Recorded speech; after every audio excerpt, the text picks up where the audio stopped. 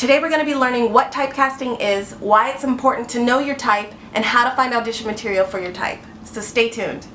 Audition prep! Hey everyone, my name's Hannah. I'm the executive producer for Jamie and Hannah's Happy Hour.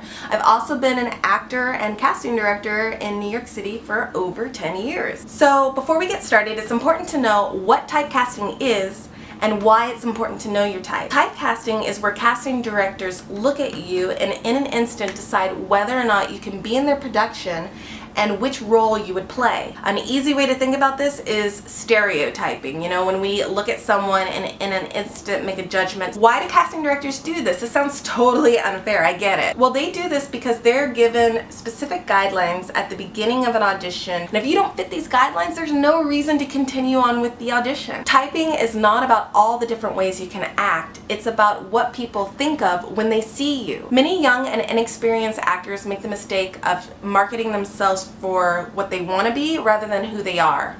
And casting directors can see through this in an instant. So it's important when you walk into the room you have a strong sense of who you are. Because if you don't know who you are, then the casting director sure as hell won't. So here are some examples of type. Girl next door, dumb jock, the sassy sidekick, the old miser, cat lady. These are all examples of type just to get your brain working. So let's get started. Step number 1. Have a headshot that looks like you. I know this sounds silly, but a lot of actors don't look like their headshots. And this is the first representation you are making to the casting director. So it's very important that this is an accurate representation of who you are. Now, how do you know if you look like your headshot?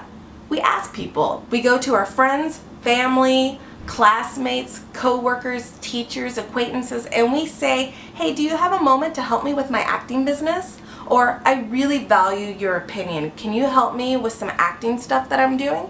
And we say, does this photo look like me? Now, if they say, yeah, but, that's really code for your headshot doesn't look like you. So if they say, yeah, but I never see you wear your hair like this, or yeah, but you're really put together, or yeah, but it's so sexy, that means that you don't normally look like this. And if you don't normally look like this, you're not going to look like this in the audition. Step 2. Make an I look like list.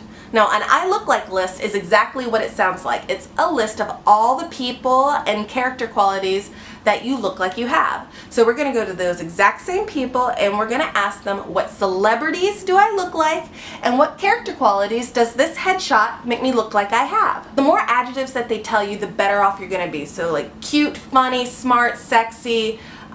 Sometimes they'll say you look crazy.